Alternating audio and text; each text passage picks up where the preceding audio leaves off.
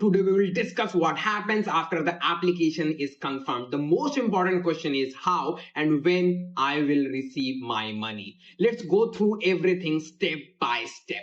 Just to remind you, a lead, or as it also called an application, can consist of multiple paid actions because banks can sell multiple products by one link or can pay for multiple actions. Here we have a single lead and we shared a single link, but we can see that there are two actions within these leads. That is what we mean by multiple paid actions. The payout for each is different, as we can check in expected payments too. As you may recall, when the bank sent confirmation for completing a paid actions, which could be opening an account or obtaining a credit card, our manager confirmed the action on the panel. Once the manager confirmed the action, you will see that the card changes from color from yellow to green.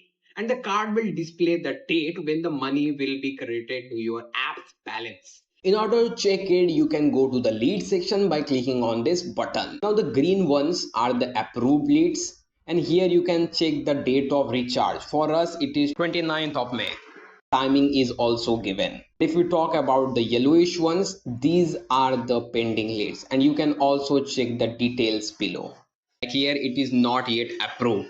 We are waiting for the confirmation from the bank regarding the status. You can check the details for lead approval and payout confirmation time. To do that, click here on the Axis Bank, then click on the arrow of the Axis Bank at the top right. If you are selecting an offer, then steps will remain same, so no need to worry. As you scroll down, you will be able to see the details for lead approval and payment confirmation time.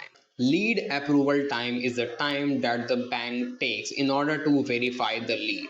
Once it is verified, the bank will release the payout in a short period of time, and that thing is known as payout confirmation time. Each approval for each lead actions create a transaction in the bank and displays the credit date on the lead's card. You can also see this by clicking on the arrow that is located on the right hand side of the My Balance. Here you can view the date and time of money crediting for each transactions.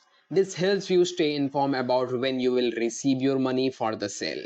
When the confirmation time expires, the transaction moves to earning history and you will see the money in your balance. Each payment is transparently displayed in the payment history.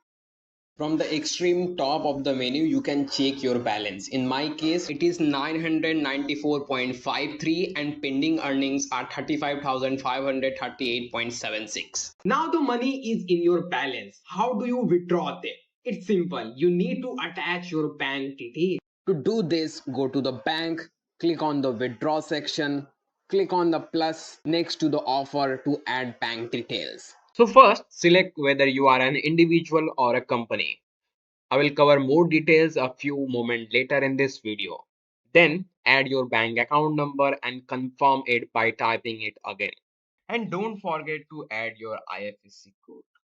Next, enter your PAN number, the name of the beneficiary, and your GST number if you have one.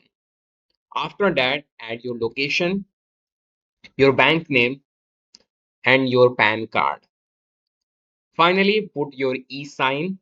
You can upload and save, and your bank account will be added. It is important to double check the data you provide. All data is used to conduct transaction. If you provide incorrect details, the payment will be made to them. Here I am using web panel of Cashli. You can access it by going to panel.cashli.in. And if you are using the mobile app, you can add your detail like this. Tap on My Balance, then tap on Add Bank Account. Now fill the form and your bank account will be added. I would like to tell you about each field of the form. First of all, we have account number. Your bank account number is a unique identifier for your bank account. It serves as the primary reference for your account, allowing financial institutions to process transactions and manage deposits. If we talk about the format, it is typically of 11 to 16 digits. Now we have PAN number. A permanent account number is a unique 10-digit alphanumeric identifier issued by the Indian Income Tax Department. It's like a digital ID for taxpayers. PAN helps track tax-related transactions and serve as a primary key for storing information across the country. Now we have IFSC code. It is a unique 11-character combination of letters and numbers. The first 4 characters represent the bank, common for all branches, and the last 6 characters identify a specific branch. It is essential for electronic fund transfer like NEFT, RTGS, and IMPS. Now we have GST number. A goods and service tax identification number is a unique 15-digit code assigned to business registered under GST in India. It acts as a tax identification number, facilitating tracking and verification of tax transactions. This particular section is not required if you don't pay GST. Now, if you are an individual personality, then select individual, and if you are a company, then select company. And yeah, we will need an invoice to pay through a company that they can submit via the support system. After adding the bank account, you can make the withdrawals by clicking on this button. It will create a withdrawal request. You can see withdrawal request at any time by going to the bank and then payouts. Further, we have 3 withdrawal request statuses. First of all, we have pending. The request is just created. We allocate 1 to 4 days for payout. In most cases, the payment goes through within 24 hours. Then we have approved. If the payment has been processed, the request color will be green. And finally, we have declined. If you made a mistake and the manager could not contact you, the request will be in decline status and the money will return to your balance. Check your details and try to make the withdrawal request again. Also, contact us in support by going to the menu and clicking on the support button.